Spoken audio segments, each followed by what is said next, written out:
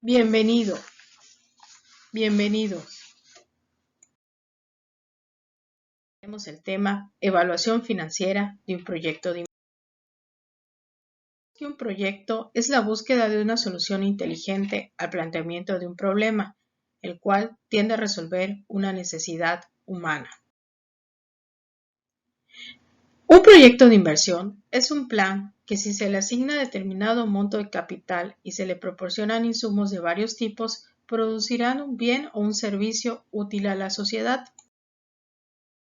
El proyecto de inversión en su elaboración requiere de varias etapas, las cuales se muestran en el diagrama.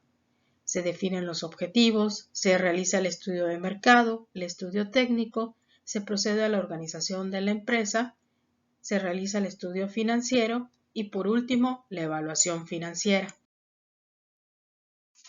¿Qué es la evaluación de proyectos de inversión? La evaluación de un proyecto tiene por objeto conocer su rentabilidad económica y social, de tal manera que asegure resolver una necesidad humana en forma eficiente, segura y rentable. Solo así es posible asignar los recursos económicos. Evaluación financiera de un proyecto financiero. Se muestra en el diagrama las etapas que comprenden el estudio financiero del proyecto. En esta etapa se determina el importe de los ingresos y los costos. Asimismo, qué requerimientos de inversión tenemos y cómo se trasladan estos al estado de resultados a través de la depreciación y la amortización. El capital de trabajo contablemente se define como la diferencia que hay entre el activo circulante y el pasivo circulante. Eso nos lleva a la relación llamada tasa circulante, que es la división entre el activo circulante y el pasivo circulante. Recordemos que el activo circulante está integrado por tres rubros, los cuales se muestran en el diagrama. El punto de equilibrio nos muestra el nivel de actividad en el que los ingresos son iguales a los costos, es decir, al punto de actividad donde no existen ni ganancias ni el costo de capital. Toda empresa para operar dispondrá de una mezcla en la fuente de financiamiento, es decir, que ésta podrá provenir tanto de accionistas como de terceros, ya sean proveedores, acreedores o instituciones financieras. Estas aportaciones tienen un costo asociado y, al tratarse de proyectos de inversión, estos querrán saber cuál es la tasa mínima de ganancia, llamada tasa mínima de rendimiento aceptable, llamada TMAR. Se muestra la fórmula de cálculo y los elementos que la componen. El premio al riesgo puede entenderse como el crecimiento esperado por el inversionista por arriesgar su inversión. El estado de resultados pro forma nos muestra las proyecciones de los ingresos, costos, gastos y, por tanto, los resultados, ya sean utilidades o pérdidas esperadas en el proyecto de inversión. A diferencia de los flujos netos de efectivo, muestra el impacto de la depreciación y la amortización. El balance general nos muestra la relación que existe entre activos, que son los bienes y derechos de la empresa, los pasivos, que es el financiamiento externo, y el capital, que son los recursos propios. En proyectos de inversión es recomendable solo mostrar el balance inicial. La evaluación financiera de un proyecto de inversión se considera la etapa final del estudio de factibilidad y en ella se determina la rentabilidad del proyecto, considerando el efecto del tiempo en el valor del dinero. Para ello es necesario determinar una serie de indicadores.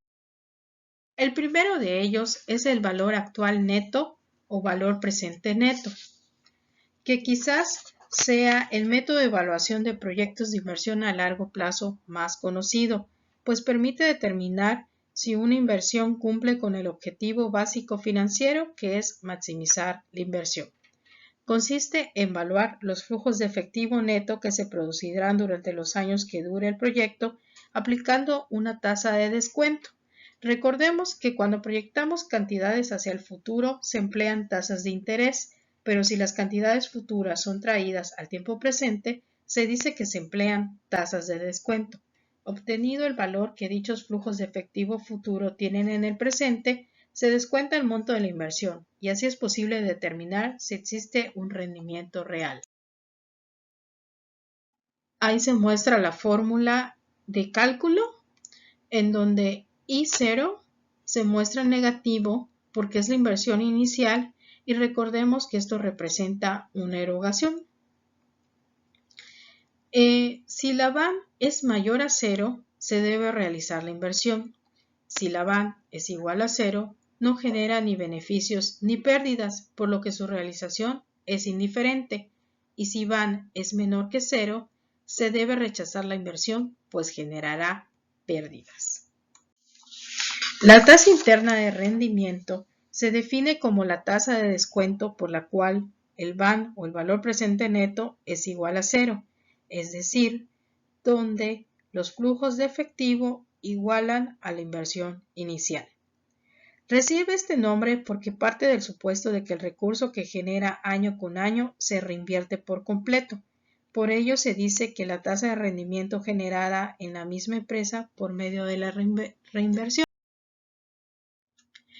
Esa es la fórmula de cálculo. Como nos podemos dar cuenta, es la misma que se emplea para calcular la VAN, solo que en este caso se conoce el resultado que es igual a 0. Los criterios de selección de proyectos. Si TIR es mayor a la tasa de descuento de la VAN, el proyecto de inversión será aceptado. Si TIR es igual, estamos en una situación similar a cuando se produce que el VAN sea igual a 0. Si TIR es menor a la tasa de descuento, el proyecto debe rechazarse. Un ejemplo de cálculo. Esto debido a que por el lugar que ocupa la incógnita y por tratarse de una ecuación representada por un polinomio, es un poco complicado efectuar su mecánica de cálculo, ya que se debe de recurrir al procedimiento de interpolación. Para iniciar la interpolación, se realiza una fórmula que nos da una aproximación a la TIR, que consiste en dividir el total de ingresos entre el total de egresos menos 1 entre el número de periodos. En este caso me da 0.15, es decir, que la tasa interna de rendimiento es aproximada al 15%. Varios cálculos de interpolación. Cuando apliqué el 15%, me faltaban como 200,000 pesos para llegar a 0. Entonces fui incrementando el porcentaje hasta llegar a la tasa que se muestra, que es de 20.1084%. El rendimiento sobre la inversión. El rendimiento sobre la inversión, conocido como ROI, es un indicador que nos permite medir la rentabilidad de la inversión. Su fórmula es ingresos totales menos inversión entre inversión. Mientras mayor sea el resultado, se entiende que mayor es el rendimiento. Un ROI negativo nos indica que estamos perdiendo dinero y un ROI cercano a 0 es señal de que un proyecto es poco atractivo. El periodo de recuperación es un método que consiste en determinar el tiempo en que se recupera la inversión. Es un criterio para valorar inversiones que queda definido como el periodo de tiempo que se requiere para recuperar el capital invertido en la fase inicial de un proyecto. En el ejemplo se muestran los flujos de efectivo y al establecerlos en la línea de tiempo vemos que el periodo de recuperación llegará al año 4, en donde la sumatoria de los flujos de efectivo es igual a la inversión realizada. El problema que tiene este método es que no considera la pérdida de poder adquisitivo por transcurso del tiempo, por lo cual se recomienda efectuar estos cálculos a valor presente neto, a efecto de tener un resultado más preciso.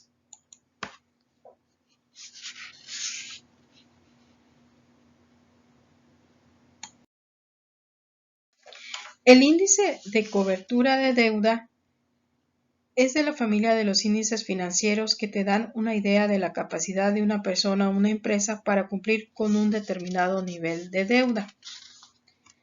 Es el resultado de dividir el resultado del ejercicio después de impuestos entre el pago de la deuda, los intereses, las comisiones y todos aquellos gastos en los que se incurra. Si la relación es inferior a 1, significa que la empresa no es capaz de hacer frente a este compromiso.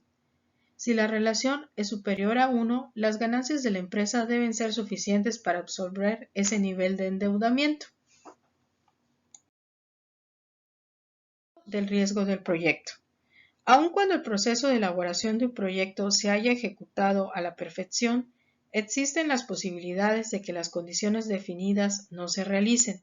Hay 4 tipos fundamentales de riesgos. El riesgo de mercado, que consiste en que la demanda potencial insatisfecha calculada no sea de esa magnitud. El riesgo técnico, que puede ser evidente cuando la tecnología en uso no haya sido realmente optimizada, por lo que se pueden encontrar equipos subutilizados o cuellos de botella en algunos procesos. El tercer riesgo es que los costos y la inversión calculada no resulten en realidad igual o al menos similar a la magnitud previamente determinada. El cuarto riesgo es una consecuencia del anterior y resulta en obtener una rentabilidad económica menor a la esperada. La empresa debe tratar de prever los riesgos posibles y determinar un plan de acción en caso de que ocurran a efecto de determinar con alguna medida cuantitativa cuál es el riesgo a realizar determinada inversión. Administrar el riesgo de tal forma que pueda prevenir la bancarrota de la empresa.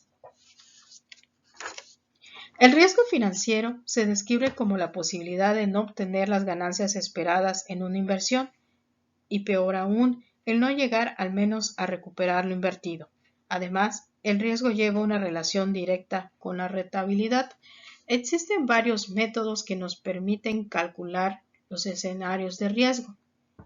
Por ejemplo, tenemos el análisis de sensibilidad, que consiste en establecer la ecuación del valor presente neto o de la TIR del proyecto y mantener constantes los valores de las variables excepto el de una de ellas, por ejemplo, la inversión inicial, para observar el efecto que tiene este cambio en el valor presente neto o la TIR del proyecto.